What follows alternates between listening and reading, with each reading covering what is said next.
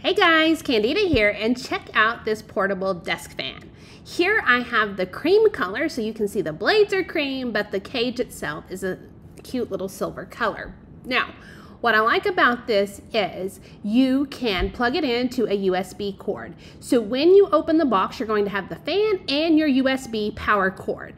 If you don't want to plug it in though, you can simply just add in 4 AA batteries to the bottom, and then you don't have a cord, limiting you. You're able to take it with you.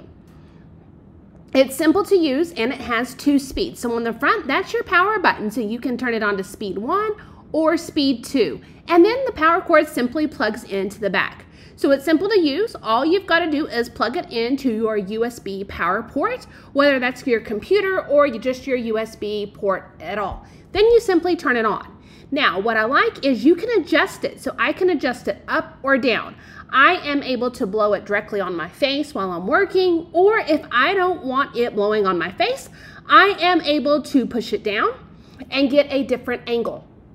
Please note that the fan is also oscillating, so it is turning as I am working. Not only is it doing that, but it is quiet, so it's not taking up any noise. My computer's not picking it up when I'm on Zoom or on calls, and so that's a plus.